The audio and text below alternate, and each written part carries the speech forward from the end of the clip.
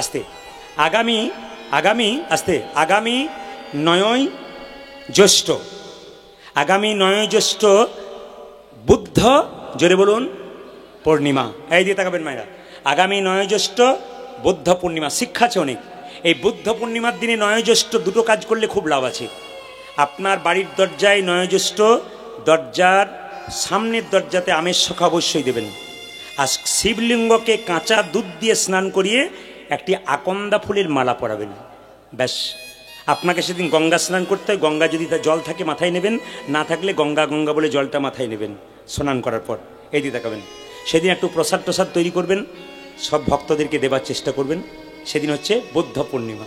এই বুদ্ধদেবের কাছ থেকে একটু শিক্ষা আছে। বুদ্ধদেব ছোটবেলায় নাম ছিল সিদ্ধার্থ, বাবার নাম ছিল কি? শুদ্ধোদন। মায়ের নাম কি ছিল? মায়াদেবী।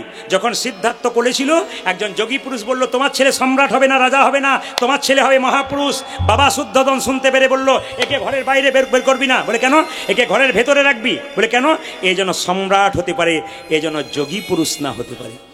মায়েরা, সিদ্ধার্থের বিয়ে হলো, সংসার হলো, একটা ছেলে হলো। একদিন সিদ্ধার্থ রথে চেপে রাস্তা দিয়ে চলে যাচ্ছে, হঠাৎ দেখতে পেলে একজন কুষ্ঠব্যাধি লোক ছটপট ছটপট করছে। জিজ্ঞেস করলো, সারথি, এই লোকটার কি হয়েছে? অসুখ হয়েছে গো। সিদ্ধার্থ বলল, মানুষ জন্ম নিলে অসুখ হয়? হ্যাঁ, তোমারও হতে পারে, রোগের মন্দির দেহ। একজন বুড়ো মানুষকে দেখতে পেল, চুল দাড়ি পেকে গেছে। ইনি কে? বলে ইনি বৃদ্ধ হয়েছে। সিদ্ধার্থ বলল, মানুষ জন্ম নিলে বুড়ো হয়? মানে এত বিলাসবহুল জীবনযাপন করতো, জানতোই না, এত আনন্দে ছিল আর কি। বলছে, আমি 1 কেজি আপেল প্রত্যেক দিন 2 কেজি দুধ খাই, আমি বুড়ো হব? তুমিও বুড়ো হবে। হ্যাঁ গো, ওই 4 জন কাঁধে করে নিয়ে যাচ্ছে, ওটা কি? বলছে, ওটা মরা, একজন মরে গেছে। বলে, মানুষ মরে যায়? বলে, হ্যাঁ, তুমি একদিন মরবে। বলে, আমি একদিন মরবো? হ্যাঁ গো, ওই একজন কে যাচ্ছে গেরুয়া বস্ত্র পরে, হরিবোল বলতে বলতে, উনি হচ্ছেন সাধু। মনে মনে ভাবলো, এই জীবনটাই আমার আসল। বোধিসত্ত্ব লাভ করলেন তিনি। এই বুদ্ধদেবের সেই দিন কিন্তু মায়েরা বুদ্ধ পূর্ণিমা, বুদ্ধদেবকে স্মরণ করবেন। আমি যতগুলো কাজ বললাম, এই কাজগুলো আপনার খুব সংক্ষেপে বলে গেলাম। 19শে জ্যৈষ্ঠ আজকে কি একাদশী? জোরে বলুন। আজকে হচ্ছে মোহিনী একাদশী। আর আপনার ইউটিউবের মাধ্যমে পেয়েছেন।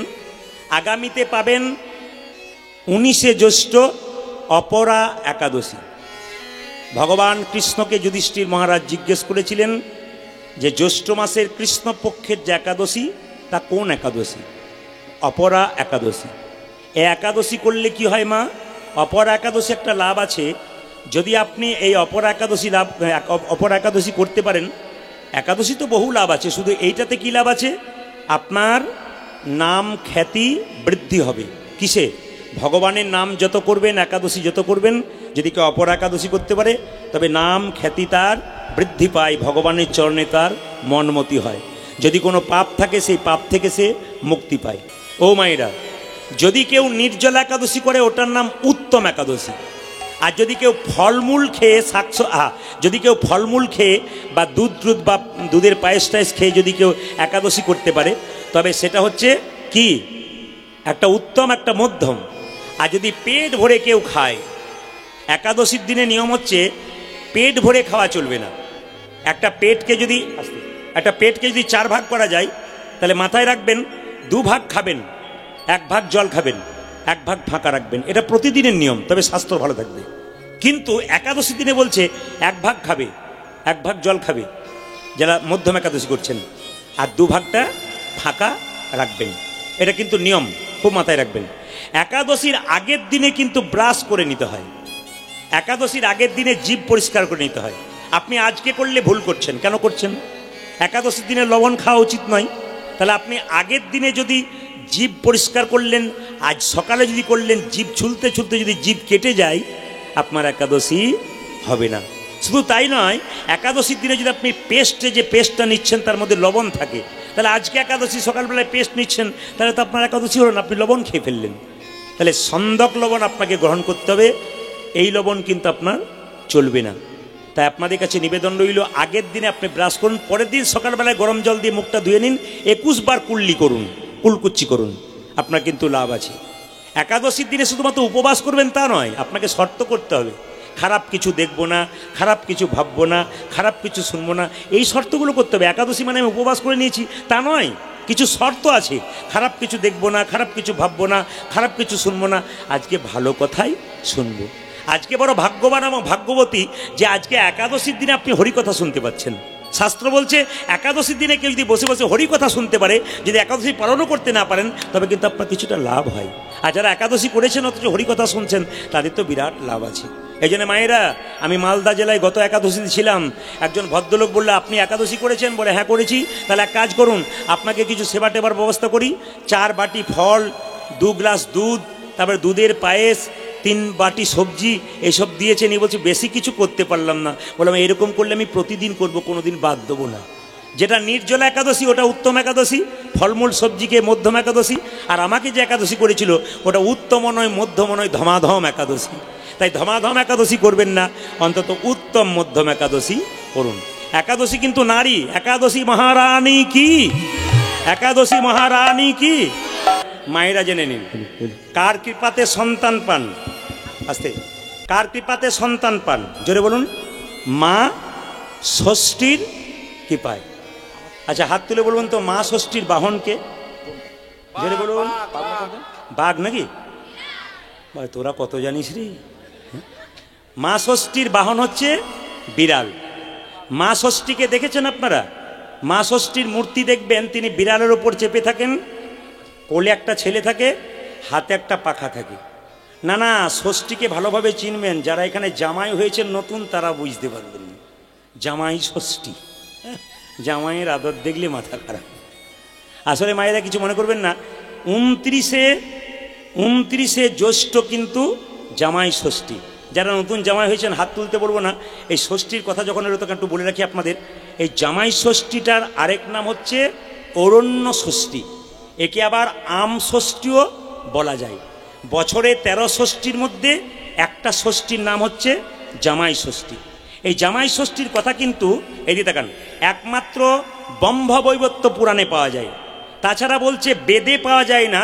কারণ এই যে জামাই ষষ্ঠীর ব্যাপারটা, মায়েরা মা ষষ্ঠীর পূজা, এটা একটা লৌকিক পূজা। লৌকিক পূজা, এতে কি করতে একটু বলে দিই আপনাদের।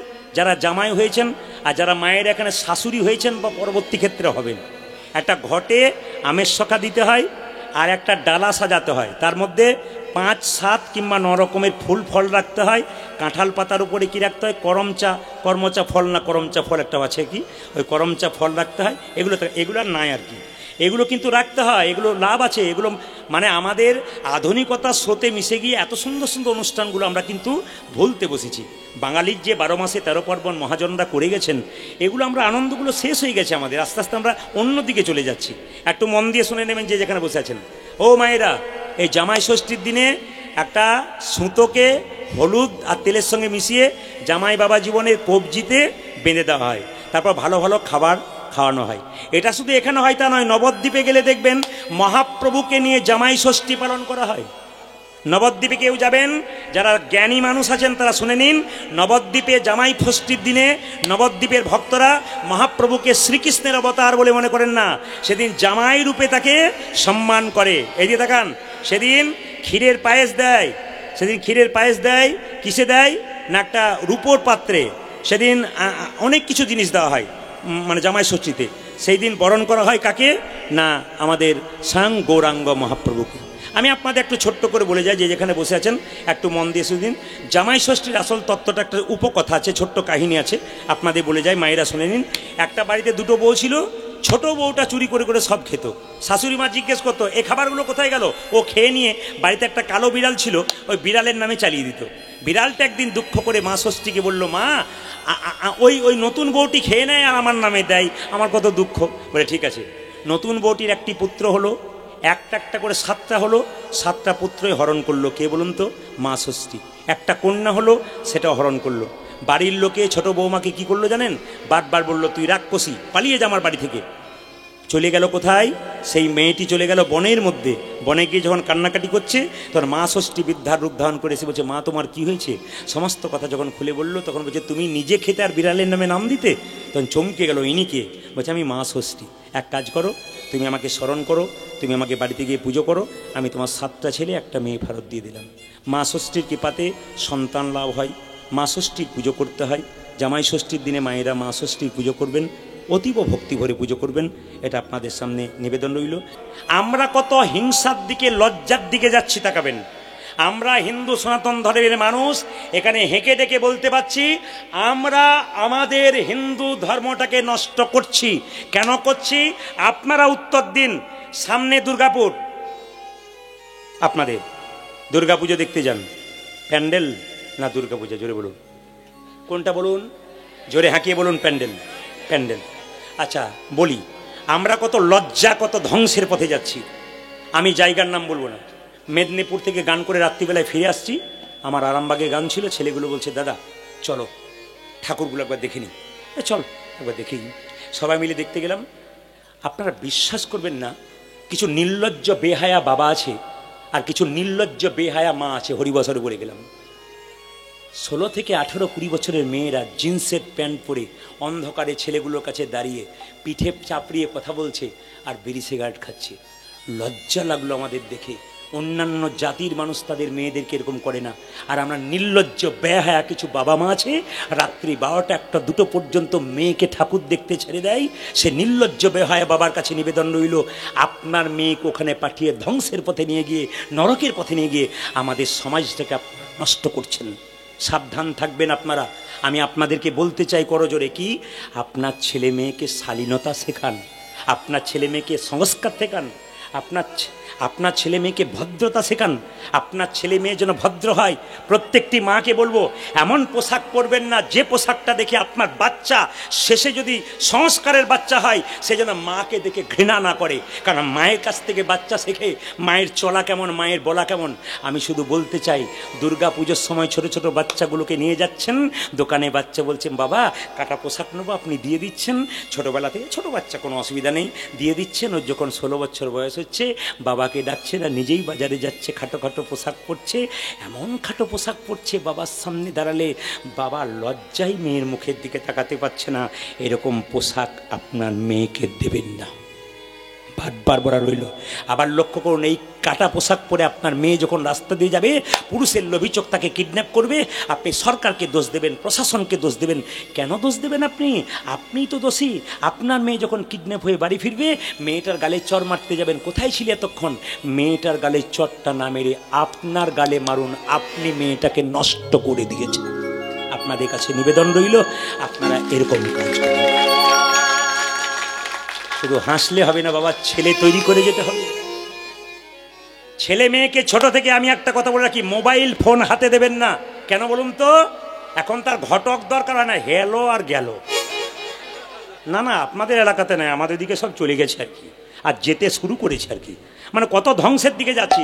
আর একটা ছোট কথা বললে না হলে নয়, শুনে রাখুন। জুতোর দোকান করেছে একজন, তাকে আমি বললাম, তিনি চুপ করে রইলেন। লিখেছেন চৈতন্য শু হাউস। যিনি কিনছেন তারও চৈতন্য নাই, আর যিনি দোকানটা করেছেন তারও চৈতন্য নাই। জুতোর প্যাকেটের উপরে চৈতন্য লেখা আছে, তার নিচে জুতো ভরা আছে। আমি কিনছি, আমারও চৈতন্য হয় নাই। আর যিনি দোকানে চৈতন্য লিখেছেন, চৈতন্য শু হাউস, তারও লজ্জা নাই। আমরা কোথায় পৌঁছাচ্ছি? আমরা স্বাধীন ভারতবর্ষের মানুষ তো যে যেমন খুশি বলতে পারলেই হলো, দেখতে পারলেই হলো। এখন কাউকে কিছু বলার নাই আর কি, যা বলবেন কোনো অসুবিধা নেই। আপনাদের কাছে নিবেদন, এই তো চলছে আমাদের সব জায়গাতে। আপনাদের কাছে নিবেদন রইল, মায়েরা যে যেখানে বসে আছেন, দুর্গা পুজোতে এক জায়গায় এবছর থিম হয়েছে। কি থিম জানেন? শিব ঠাকুর স্কুটি চালাচ্ছে, দুর্গা তার পেছনে বসে আছে। না না, হাসবেন না, আপনারা হাসি নয়, এটা আমাদের লজ্জা। একজন অন্য ধর্মের মানুষ আমাকে বলছে, প্রদীপ বাবু কি দেখছেন? অন্য ধর্মের মানুষ, আমি নাম করব না, তিনি বলছেন কি দেখছেন? বললাম থিম। এটা আপনাদের থিম? আমাকে নিজের মুখে বললো, এটা থিম না বান্দরামি চলছে। আমি দেখলাম অন্য জাতির মানুষ কিন্তু একবারে সহাস্যে বললো, এটা থিম না বান্দরামি চলছে। আমি কেন? আপনি তো খুব ইউটিউবে দেখেছি, আপনাকে খুব গান করেন, আমার সামনে আপনাকে উত্তর দিতে হবে। শিব কৈলাস পর্বতে কোথায় স্কুটি চালিয়েছিল? দুর্গা তার পেছনে ছিল, কোন শাস্ত্রে আমাকে বলে দিন। এই প্রশ্নটা আমি প্রদীপ পাল আমার সামনে রাখলাম, আপনার সামনে রাখলাম। আপনারা বলুন, লজ্জাটা কাদের? আমাদের না অন্য জাতির? কি করতে বসেছি আমরা? চায়ের কপটি দিয়ে দুর্গা তৈরি করছি? হ্যাঁ, চায়ের গ্লাস দিয়ে দুর্গা তৈরি করছি? মাটির হাঁড়ি দিয়ে দুর্গা করছি না, থিম বানাচ্ছি। আমরা আর কত নিচে নামবো? আমরা দুর্গা পুজো করুন, আনন্দ করুন, লাইটে রোশনাই করুন, সব কিছু করুন, কিন্তু শালীনতা বজায় করুন, যেন দুর্গাকে দেখে ছেলে মেয়ের ভক্তি আসে। যেন দুর্গাকে দেখে ভক্তি না চটে যায়। এখনকার ছেলেমেয়েরা তো দুর্গাই দেখতে যায় না, বলে থিম দেখতে যাবো, কে কেমন করতে পেরেছে আর কে কেমন প্যান্ডেলে ফার্স্ট হয়েছে তাই দেখতে যাবো। আমরা কোন জায়গায় পৌঁছাচ্ছি? প্রদীপ পালের কথাগুলো বিচার করবেন। আমি ঠিক বলে গেলাম না ভুল বলে গেলাম? প্রত্যেকটি সমাজের বুকে আমার এই একই বার্তা, হিন্দু সনাতন ধর্মকে রক্ষা করো, নিজেকে হিন্দু বলে গর্ব করো, অন্যান্য ধর্মের মানুষকে সম্মান করবে, কাউকে ছোট ভাববে না, কিন্তু নিজের ধর্মকে কেউ কোনোদিন অপমান করবে না। এটা বারবার আপনাদের সামনে বলে গেলাম। আজ আমরা নিজের ধর্মকে অপমান করতে গেছি। সাধুগুরু বৈষ্ণব দেখলে তাকে ঠাট্টা করছি, অন্যান্য ধর্মের মানুষকে আবার ঠাট্টা করে দেখুন তো আপনার পিঠের চামড়া তুলে দেবে। একটা কথা বলে দেখুন অন্য ধর্মের মানুষকে, আপনার পিঠের চামড়া রাখবে না, নুন মাখিয়ে দেবে আপনার। আর আমাদের ধর্মের মানুষকে আমরা ঠাট্টা করছি, অন্য ধর্মের মানুষরা সুযোগ পেয়ে যাচ্ছে, তারাও ঠাট্টা করছে, নির্লজ্জের মতো আমরা হাসছি। আমাদের লজ্জা করে না? বেহায়ের মতো হাসছি। আমাদের ধর্মের মানুষকে আমরা অপমান করছি, অন্য জাতের লোকগুলো সুযোগ পেয়ে অপমান করছে। কি করছেন আপনারা? শুধু কীর্তন নয়, সমাজটাকে পরিবর্তন করতে হবে, এরই নাম কীর্তন। তবে বলে রাখি, যারা কীর্তনের মাঝে গল্প করে তাদের একটু দিয়ে যাই সামান্য, আর সব কিছুই মিলিয়ে বলে যাই। রাজা দশরথ একদিন দেখতে পেলেন যে আমার রাজমুকুটটা হেলে গেছে, সামনে চুলগুলো পেকে গেছে, আমাকে আর রাজা হওয়া থাকা চলবে না, এবার আমি কি করব? আমাকে আর রাজা থাকা চলবে না, এবার আমাকে কি করতে হবে না, রামকে রাজা করতে হবে। কেন? আমার রাজমুকুটটা হেলে গেছে, মানে আমার কাছে আর থাকছে না, বুড়ো হয়ে গেছি, এবার আমার ছেলেকে দিতে হবে। কিছু মনে করবেন না বাবা, জগতের মালিক তো ভগবান, সংসারের মালিকও ভগবান, কিন্তু সংসারে আধার কার্ডে আপনার নামটা আছে, কিন্তু আপনি সংসারের মালিক, আপনি সংসার চালাচ্ছেন, তাই তো? কিন্তু কখন বুঝবেন যে আপনারও রাজমুকুটটা হেলে গেছে? কখন? যখন রৌদ্রে গরমে কষ্ট করে বাড়ি আসবেন, নিজের বৌমাকে এক গ্লাস জল চাইবেন, 1 ঘন্টা পর 1 গ্লাস জল আসবে, তখন বুঝবেন আপনারও মুকুট হেলে বসে আছে, মানে আপনাকেও সংসার আর চাইছে না। এই দিকে তাকান, যখন ঘোষণা করলো রাম রাজা হবে, সকালবেলায় চারিদিকে প্রচার হয়ে গেল, কই মা, এইদিকে তাকান, কই কি করছে মা?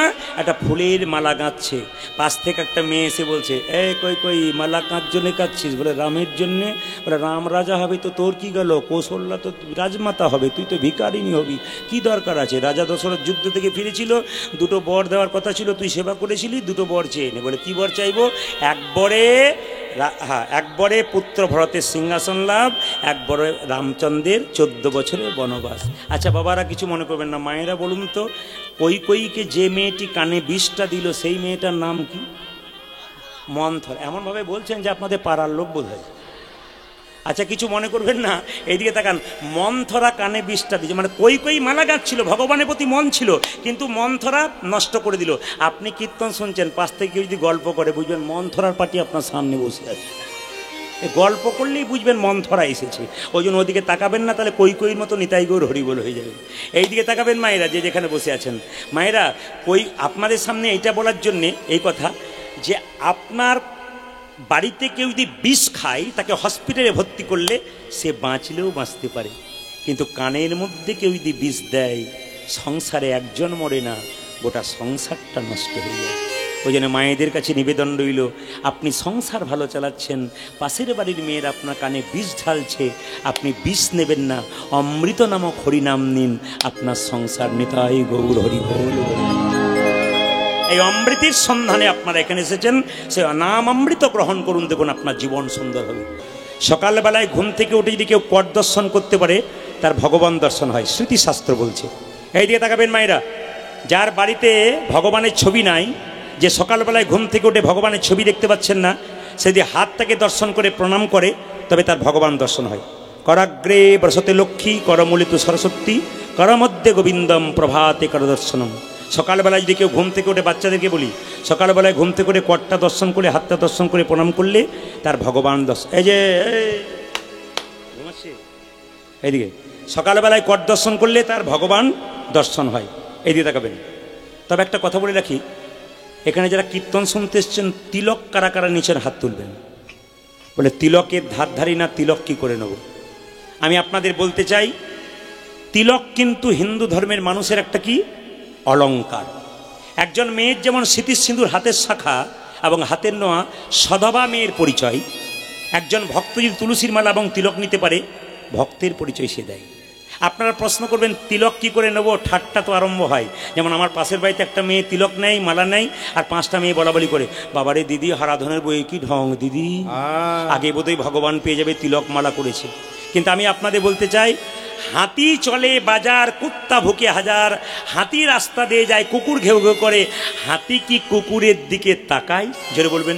আরে যারা কৃষ্ণ ভক্ত তারা তো হাতির মতো, নিন্দুক্ত কুকুরের মতো, ওদের দিকে আপনারা তাকাবেন না, তাহলে তো কৃষ্ণ ভজন আপনার কোনোদিন হবে না। তিলকের কথা একটু বলে যায়, যে যেখানে বসে আছেন আমার দিকে তাকান। এই যে তিলকটা দেখতে পাচ্ছেন, তাকাবেন। তিলকের কটা দাগ আছে জোরে বলুন? 2টো। ডান দিকের দাগটা কি? ব্রহ্মা। বাঁ দিকের দাগটা কি? মহেশ্বর। মাঝখানে ফাঁকটা কি? বিষ্ণু। স্বয়ং ভগবান ব্রহ্মা বিষ্ণু মহেশ্বর যদি আমার কপালে থাকে, তার কখনো দুঃখ থাকে? শাস্ত্র বলছে এই যে এইটুকু তিলক, এখান থেকে এতটা পর্যন্ত, যেটাকে আমি ব্রহ্মা বিষ্ণু মহেশ্বর বললাম, সবাই তাকাবেন, সেই জায়গাটাকে শাস্ত্র বলছে কৃষ্ণের চরণ। তাহলে এটা যদি কৃষ্ণের চরণ হয়, তাহলে তুলসী পাতা দিতে হয় নাকি বলছেন?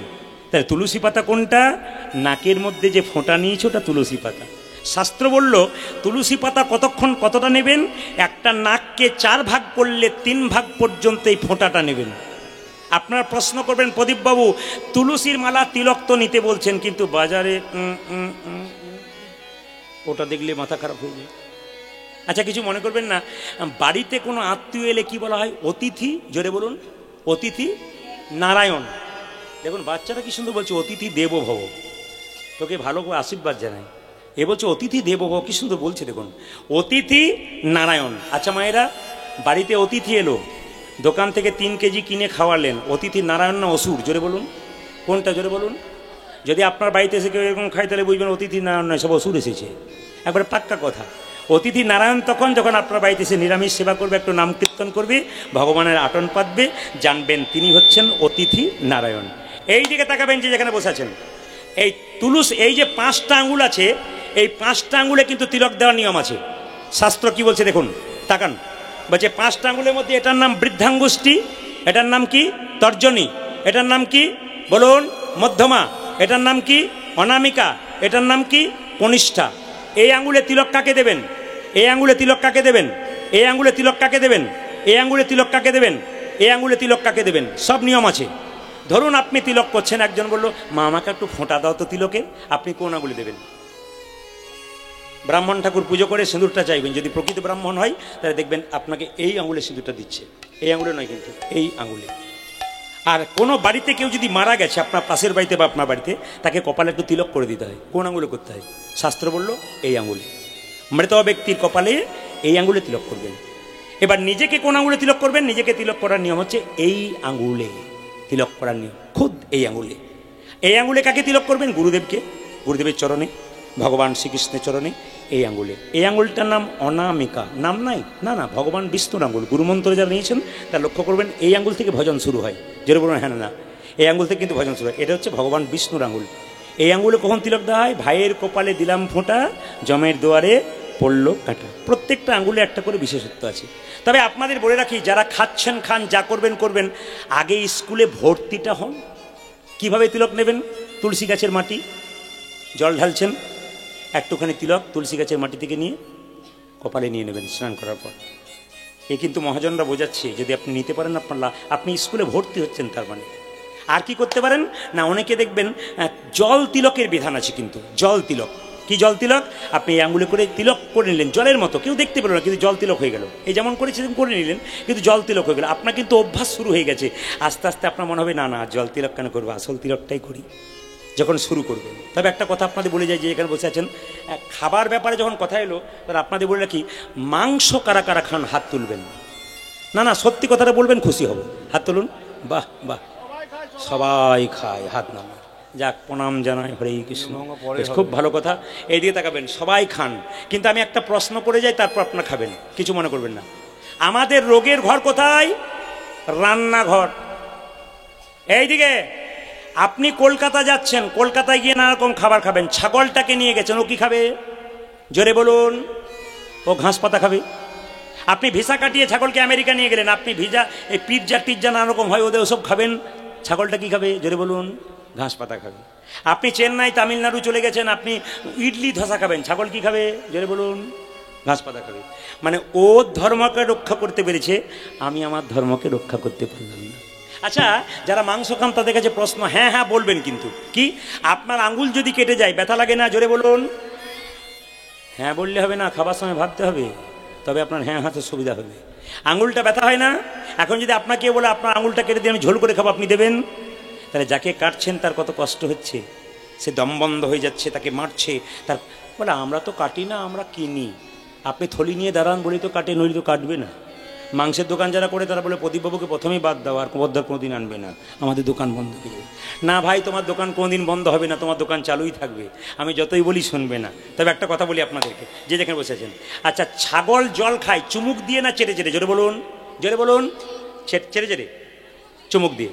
আচ্ছা বিড়াল জল খায় চেটে চেটে না চুমুক দিয়ে? বিড়াল মাংস খায়, জল খায় চেটে চেটে, আর ছাগল ঘাস খায়, সবজি খায়, পাতা খায়, এরা এরা কি করে জল খায়? চুমুক দিয়ে। মিলটা কাদের সঙ্গে আছে? কার সঙ্গে আছে? ছাগলের সঙ্গে আমাদের আছে না বিড়ালের সঙ্গে আছে? কোনটা? ছাগলের সঙ্গে। ছাগলকে মাংস দিয়ে ছাগল খাবে না, দূরে সরে যাবে। আর আমাকে মাংস দিলে দিব্যি গরম মাংস, গরম মশলা কিনতে যাবো বাজারে, বাবারে মাংস এনেছে।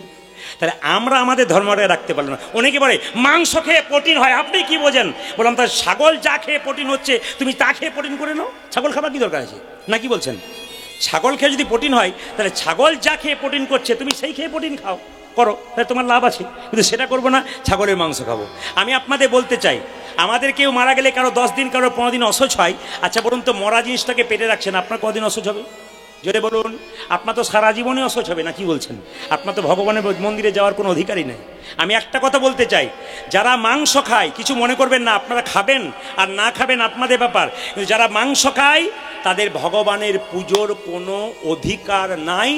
হেঁকে ডেকে বলে গেলাম। প্রশ্ন করবেন কেন?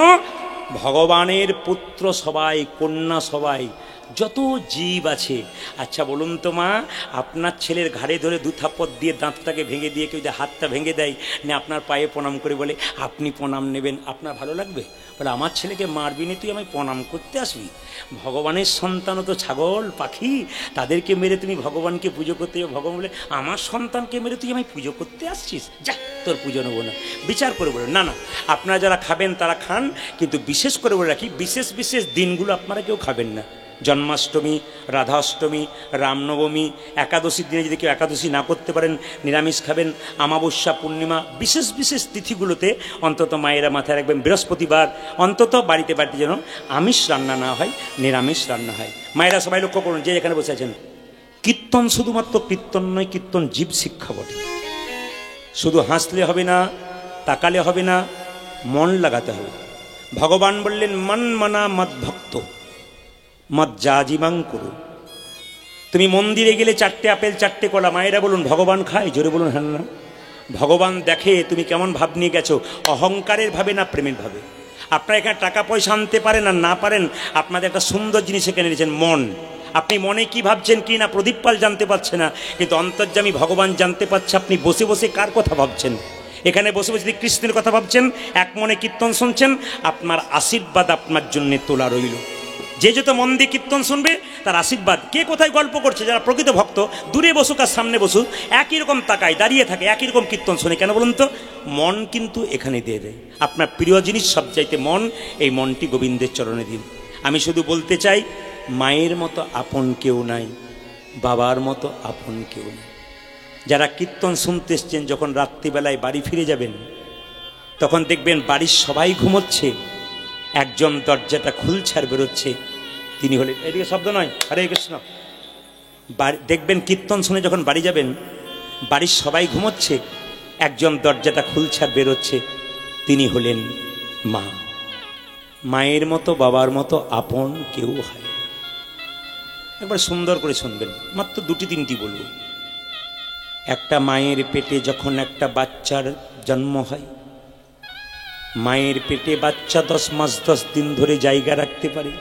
মায়েরা, একজন মা তার পেটের মধ্যে একটা বাচ্চাকে 10 মাস 10 দিন রাখতে পারে, কিন্তু সেই ছেলে বড় হয়ে আসানসোলে যদি ফ্ল্যাট কেনে, সবার জায়গা হয় কিন্তু মা বাবার জায়গা হয় না। কীর্তন শুনে কি লাভ? আসল জায়গাটা যদি ফাঁক রেখে দিলেন, কীর্তন হচ্ছে চৈতন্যের ব্যাপার, চেতনার ব্যাপার। আপনি কীর্তন শূন্যের হরি। ভগবান কৃষ্ণকে সুদামাকে কৃষ্ণ বলেছিল, সুদামা এই জগতে 3 রকমের ভগবান আছে রে। প্রথম গুরু পিতামাতা, যার থেকে জন্ম পেলি পিতামাতা প্রথম গুরু, তাকে যদি তুই ভজনা করতে পারিস তবে আমাকে ভজনা করে লাভ আছে। আর তুই বাবা মাকে খেতে দিলি না আর হরি হরি বলে নাচলি, তোর কোনো লাভ হবে না। এই দিয়ে তাকান, অষ্টমীর দিনে কোন একটা ছেলে তার স্ত্রীকে নিয়ে, পুত্র কন্যাকে নিয়ে, হ্যাঁ, অষ্টমীর দিনে মাকে পুষ্পাঞ্জলি দিচ্ছে।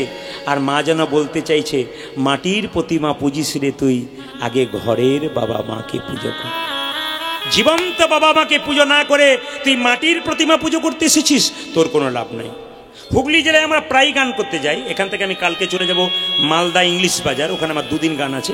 ওখান থেকে চলে যাব আমি হুগলি, একবারে তারকেশ্বরের কাছে কামারকুণ্ড বলে একটা জায়গা আছে, রেল স্টেশন, ওখানে আমি চলে যাব কালকে তরশু তারিখে। তা আপনাদের কাছে নিবেদন রইল, হুগলিতে গান করতে গেলে রাত্রিবেলাতে বেরোয় দেখা যায় ছেলে মেয়েরা বাঁক কাঁদে নিয়ে জল দিতে যায়। তো একটা রাত্রিবেলা একটা দোকানে নেমেছি চা খাবার জন্যে, একটা ছেলে বাঁক কাঁদে নিয়ে খুব যাচ্ছে, একবার হাঁপিয়ে গেছে। জিজ্ঞেস করলাম, হ্যাঁ রে জ্বরটা কত দূর থেকে আনছিস? বলছে 40 কিলোমিটার। কোথায় যাচ্ছিস? তারকেশ্বর বাবার মন্দির। বললাম ঠিক আছে, খুব ভালো কথা, তা কী জন্যে যাচ্ছিস? বলে ছেলে মেয়ে স্ত্রী ভালো থাকবে এই জন্যে। বলে তোর বাবা বেঁচে আছে? বলে হ্যাঁ আছে। কি করে? বলে চাষবাস করে। আচ্ছা বুঝলাম, তোর বাবা 12টার সময় মাঠ থেকে যখন আসে 1 গ্লাস জল বাবাকে দিয়েছিলি তো? তোর মা যখন অসুস্থ হয়েছিল মায়ের হাতে 1 গ্লাস জল তুলে দিয়েছিলি তো? বলে না। তাই তোর বাবাকে দেওয়া বেকার হয়ে গেল। বাবা যেন বলতে চাইছে, জীবন্ত বাবা মাকে দে তবে আমাকে দিবি। আপনাদের কোনো লাভ হবে না দিয়ে জীবন্ত বাবা মাকে না দিন। শুধু কীর্তন শুনলে হবে না, নিজেকে চৈতন্য করে যেতে হবে। আমি একটা কথা আপনাদের বলে দিতে হয়, একবারে মন দিয়ে শুনবেন যারা মায়ের এখানে কীর্তন শুনছেন। আপনি যখন বৌমা হয়ে বাড়িতে এলেন তখন বাবা আপনার শ্বশুরমশাই কি বলল? আমার মা এসেছে গো, বৌমা এসেছে। যাকে মা বলে ডেকেছে তাকে 2টো ডাল ভাত দিতে পারলেন না, আপনি কিসের মা? আপনি তো মা নন, আপনি তো রাক্ষসী।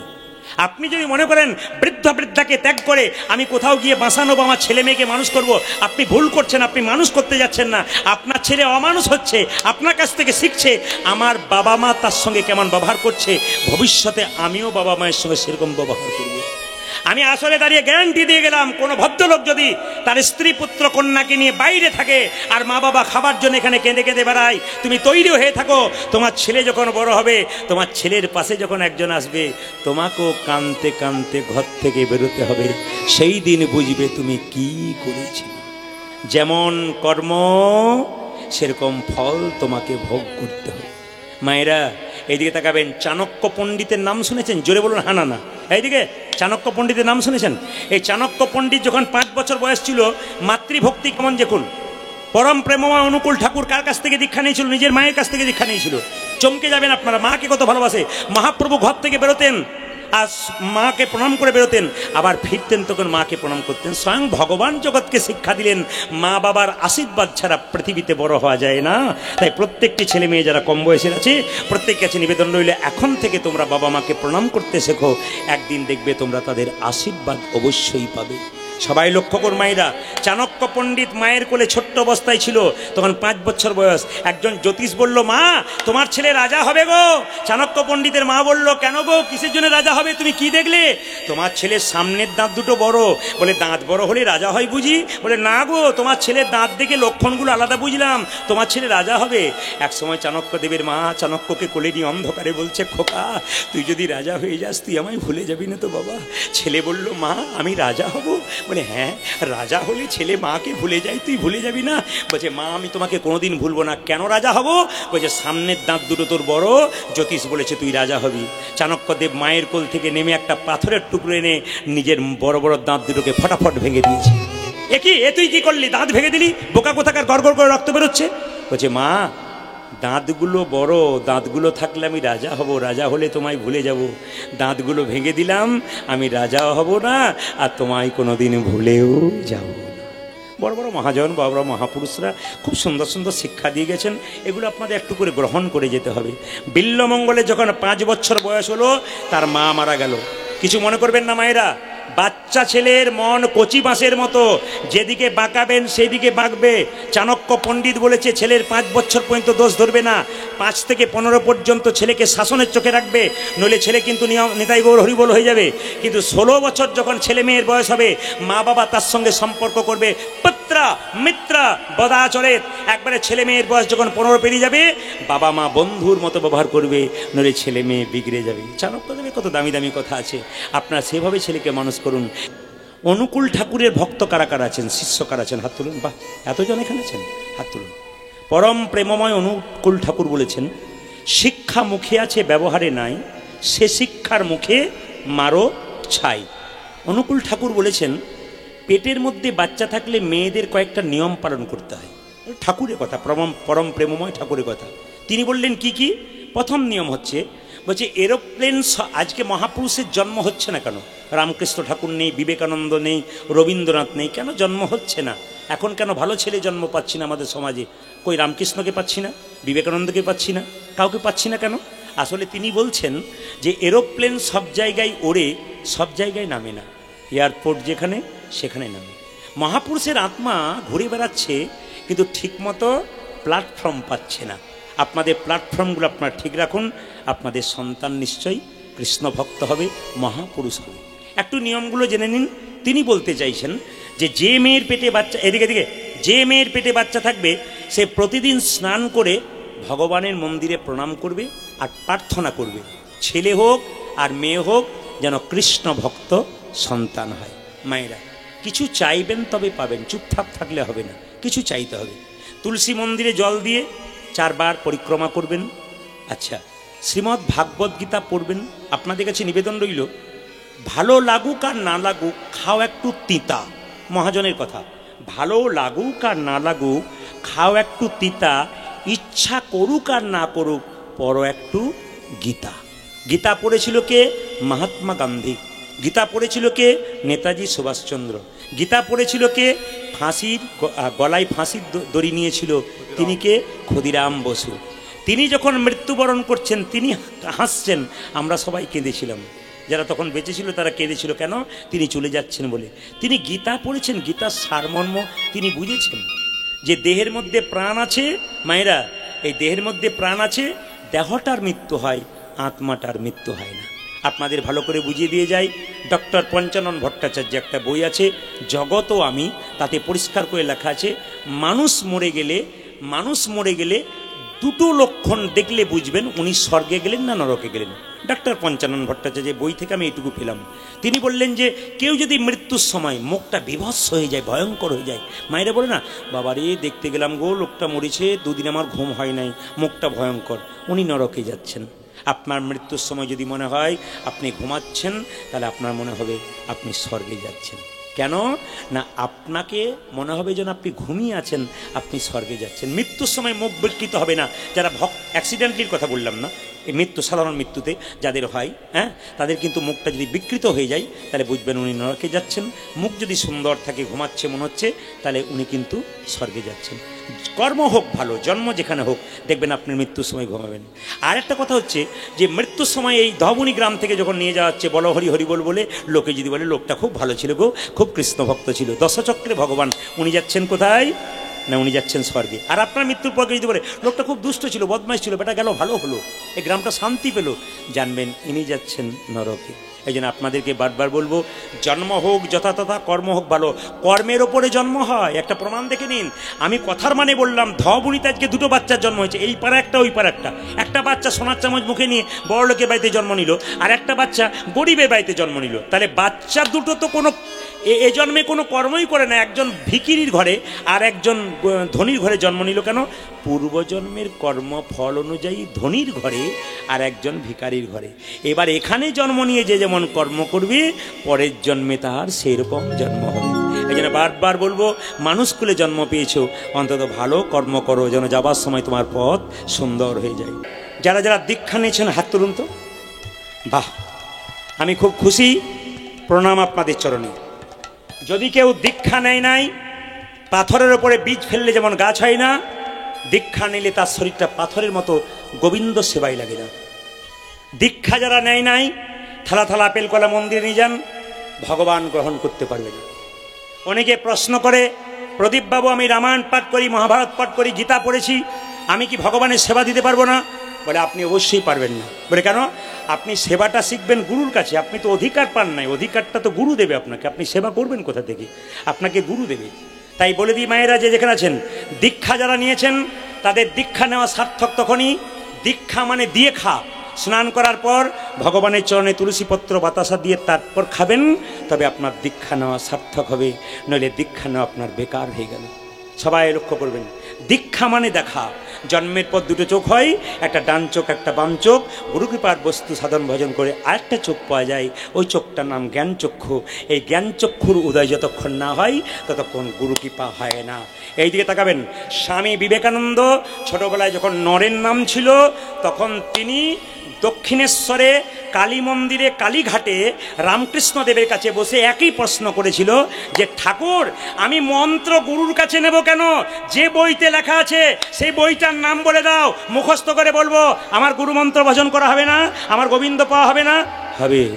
ঠাকুর বলল, হবে রে, গুরুর কাছ থেকে নিলেও হবে, বই থেকে পড়লেও হবে, তবে দুটো নেওয়ার মধ্যে তফাৎ আছে। বলে কি? বলে দেখ দেখ দেখ দেখ দেখ, তাকা তাকা তাকা তাকা তাকা তাকা। বলে কি তাকাবো? বলে গঙ্গাতে দেখ ওটা কি আসছে? বলে ডিঙি নৌকা। আচ্ছা, ডিঙি নৌকাটা এখান থেকে চন্দননগর যেতে কত সময় লাগবে? নরেন বলল 4 ঘন্টা লাগবে। আচ্ছা, তার পেছনে কি আছে? স্টিমার, ওটা কত সময় লাগবে? বলছে 1 ঘন্টা সময় লাগবে। বলছে হ্যাঁ রে, ডিঙ্গি নৌকাটাকে যদি স্টিমারের সঙ্গে বেঁধে দেওয়া হয় তবে ডিঙ্গি নৌকাটার কত সময় লাগবে? বলে স্টিমারের যত সময় লাগবে ডিঙ্গি নৌকার তত সময় লাগবে। গুরুদেবের ভজনরূপ দেহর সঙ্গে আমাদের ভজনহীন দেহটাকে যদি বেঁধে দেওয়া হয়, আমরাও গোবিন্দ চরণে নিতাই গৌর হরি বল। এই জন্য আপনাদের কাছে নিবেদন রয়েছে, গুরুর ভজন রূপ দেহটার সঙ্গে আমাদের ভজনহীন দিন নৌকাটাকে বেঁধে দিন, আপনার কি পাওয়া হবে? আত্মহত্যা মহাপাপ। এই দিকে তাকাবেন, শাস্ত্র কি বলেছে? যদি কেউ আত্মহত্যা করে তবে তার সাধ্য কাজ করা উচিত নয়। একবার দাঁড়িয়ে বলে গেলাম এখানে, যদি কেউ আত্মহত্যা করে তার সাধ্য কাজ করা উচিত নয়। কেন? তাকাবেন, আপনি যে বাড়িতে বাস করছেন যদি ভাড়া বাড়ি হয়, ওই বাড়িটা ভাঙার অধিকার আপনার নাই, ওই বাড়িটা নষ্ট করবার অধিকার আপনার নাই। যিনি ওই বাড়ির মালিক তিনি করতে পারেন, আপনার অধিকার নাই। তাহলে আপনি যে দেহ বাড়িটা পেয়েছেন ওটা আপনি নিজে নিজে নষ্ট করছেন, ওটা অধিকার তার। আপনি কেন আত্মহত্যা করবেন? আপনার আত্মা কোনোদিন শান্তি পাবে না, ঘুরে ঘুরে যাবে, দেহ ধারণ করতে পারবে না। আপনাদের একটা কথা বলতে চাই, বড় বড় মহাজনের কথা, যদি মনের মধ্যে কোনো দুঃখ থাকে, যন্ত্রণা থাকে, 2 জায়গায় বলবেন। পাড়া প্রতিবেশীকে বলবেন না, আপনার দুঃখ যন্ত্রণা ছড়িয়ে দেবে। কাকে বলবেন মা? এক গুরুচরণে, এক গোবিন্দ চরণে। গুরুর কাছে বলো, গুরু বাবার মতো তোমার দুঃখের কথা কাউকে বলবে না, বরং সমাধান করবে। আর যদি গুরু কাছে না থাকে, গোবিন্দের মন্দিরে 2 ফোঁটা চোখের জল ফেলো, গোবিন্দ তোমার সব কথা শুনবে। এই দুটো জায়গা কিন্তু খুব মাথায় রাখবেন। যদি কারো মনের মধ্যে টেনশন হয়, তবে একটা কথা বলি, আপনার বাড়িতে আপনাকে কেউ দেখতে পাচ্ছেন, অশান্তি করছেন, আপনি আত্মহত্যা করবেন না। কার জন্য আত্মহত্যা করতে যাবেন আপনি? আপনি কার যাবেন? আপনি আপনার বাবা মায়ের যাবেন। আপনার বাবা মা কাঁদবে, এরা কাঁদবে না। আপনার বাবা মামাকে আপনাকে কষ্ট করে মানুষ করেছে, আপনি আত্মহত্যা করে যাবেন এদের জন্য। কেন করবেন আপনি? এরা তো দিব্যি আনন্দে থাকবে, আপনি কেন করবেন? আপনি দূরে কোথাও বাস করুন শান্তিতে, তবু আত্মহত্যা করবেন না। আত্মহত্যা করা মহাপাপ।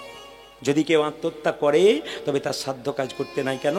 একটা ছেলে যদি 22 বছর বয়সে আত্মহত্যা করে, সে সংসারের সঙ্গে বেইমানি করে। বাবা মা কষ্ট করে মানুষ করলো, তারপর তুমি আত্মহত্যা করে দিলে, তার মানে কি তুমি বেইমানি করলে? তোমার আত্মার কার্য করা উচিত নয়, সাধ্য কাজ করা উচিত নয়, শাস্ত্র বলছে। তবু আমরা করি কেন? মনটাকে মানানোর জন্য। আপনাদের কাছে নিবেদন রইল, বাবা যে যেখানে আছেন, যত শুনবেন তত মনে হবে আরও শুনবো। আজকে যে লীলাটি গাইব, লীলাটি গাইবার আমি বলে রাখি, নারী যদি নারীর মতো হয়, পুরুষ ওপরে ওঠে, নারী যদি আনারী হয়, পুরুষ নিচে নেমে যায়। নারী ছিল কে? পদ্মাবতী। জয়দেবকে গোবিন্দ চরণ পাইয়ে দিয়েছিল। নারী ছিল কে?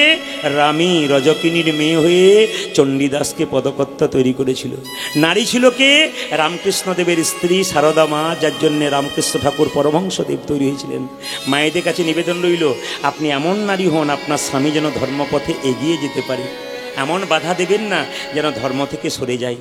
তবে একটা কথা বলে রাখি, খুব দামি কথা, মেয়েরা যদি কৃষ্ণ ভক্ত হয়, স্বামী যদি মাতাল চরিত্রহীন হয়, মেয়েরা পারে স্বামীকে রাস্তাতে আনতে 100%। পৃথিবীতে বহু উদাহরণ আছে, সংসারে বহু মেয়েদেরকে দেখেছি তিলকমালা নিয়ে আছে, স্বামী মাতাল, কিন্তু কিছুদিন পরে দেখছি স্বামী সেই রাস্তা ধরেছে। কিন্তু স্ত্রী যদি বেঁকে যায়, স্বামী যদি সোজা পথে গোবিন্দের ভজন করে, স্ত্রী যদি না করে, সেই স্ত্রীকে সহজে পথে আনা কঠিন। একটা প্রমাণ কি, মায়াপুর নবদ্বীপে যাবেন, শিল প্রভুপাদের স্ত্রী, তিনি কিন্তু কৃষ্ণ ভক্ত ছিলেন না। শিল প্রভুপাদ দেশে দেশে নাম প্রচার করতেন, তিনি একতলার বাড়ির নিচে ক্লাস করছেন ভক্তদের নিয়ে, ভক্তির ক্লাস, আর ওপর তলায় বসে তার স্ত্রী পায়ের ওপর পা দিয়ে চা খাচ্ছে। এক সময় জিজ্ঞেস করছে শিল প্রভুপাদ, আমার পাণ্ডুলিপিগুলো কই? বলে বিক্রি করে চা খেয়ে নিয়েছি। তখন শিল প্রভুপাদ জিজ্ঞেস করেছিল, তুমি কি চাও, টি আর মি? টি আর মি, তুমি চা চাও না আমাকে চাও? সোজাসুজি উত্তর দিয়েছিল, টি নট ইউ, আমি চা চাই, আমি তোমাকে চাই না। সেদিন থেকে শিল প্রভুপাদ ঘর ছেড়েছিলেন। আপনাদের কাছে নিবেদন, নারী যেন আনারী না হয়, নারী যেন নারী হয়। আজকে যে লীলাটি গাইব সেটা হচ্ছে বিল্বমঙ্গল ঠাকুরের কাহিনী বলবো। চিন্তামণিকে ভালোবেসে বৃন্দাবনে গিয়েছিল। মায়েরা, দক্ষিণ দেশের একটি গ্রাম ছিল আপনাদের যেমন ধবনী গ্রাম, গ্রামটার নাম ছিল কি বলবো, ভালো করে মনে রাখবেন, কৃষ্ণবেন্না গ্রাম। তার পাশ দিয়ে একটা নদী পেরিয়ে গেছে, সেই নদীটার নাম হচ্ছে কৃষ্ণবেন্না নদী। তাহলে কি বললাম, গ্রামটার নাম কি? কৃষ্ণবেন্না গ্রাম। পাশ দিয়ে একটা নদী পেরিয়ে গেছে, সেই নদীটার নাম কৃষ্ণবেন্না নদী।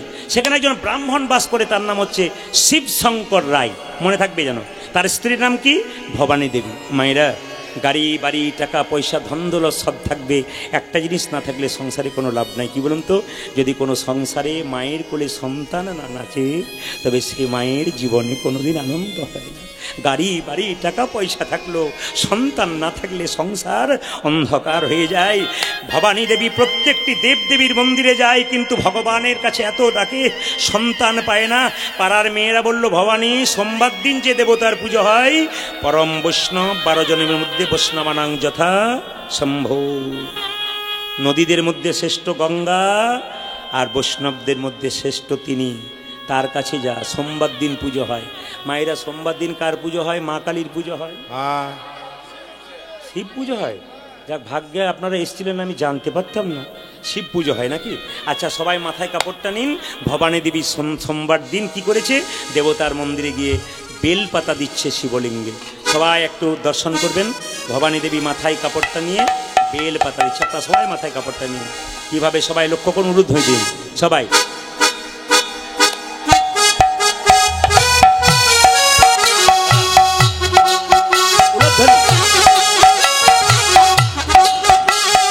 সবাই উলুধ্বনি ধরে দেবেন ভক্তি বলে, আপনাদের সন্তান কৃষ্ণ ভক্ত।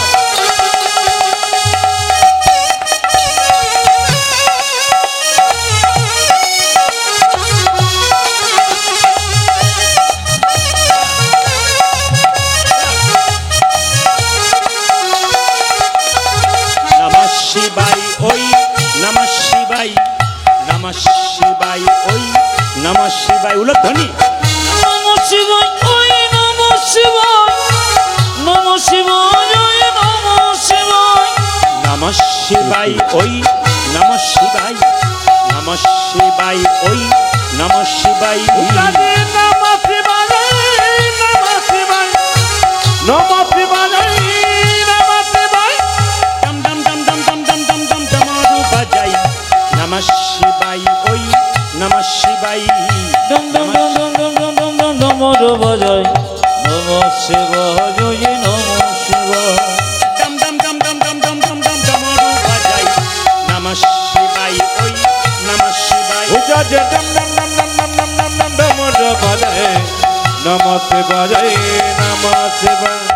নমঃ শিবায় ওই, নমঃ শিবায়, নমঃ শিবায় ওই, নমঃ শিবায়। নমঃ শিবায়, নমঃ শিবায়, নমঃ শিবায়, নমঃ শিবায়। ডম ডম ডম ডম ডম ডম ডম ডম ডমরু বাজাই। নমঃ শিবায় ওই, নমঃ শিবায়। উজাজে ডম ডম ডম ডম ডম ডম ডম ডম ডমরু বাজাই। নমঃ শিবায়, নমঃ শিবায়। নমঃ শিবায় ওই, নমঃ শিবায়, নমঃ শিবায় ওই, নমঃ শিবায়। আজ নমঃ শিবায়, নমঃ শিবায়, নমঃ শিবায়, নমঃ শিবায়। ওং নমঃ শিবায়, ওম নমঃ শিবায়, ওং নমঃ শিবায়, ওম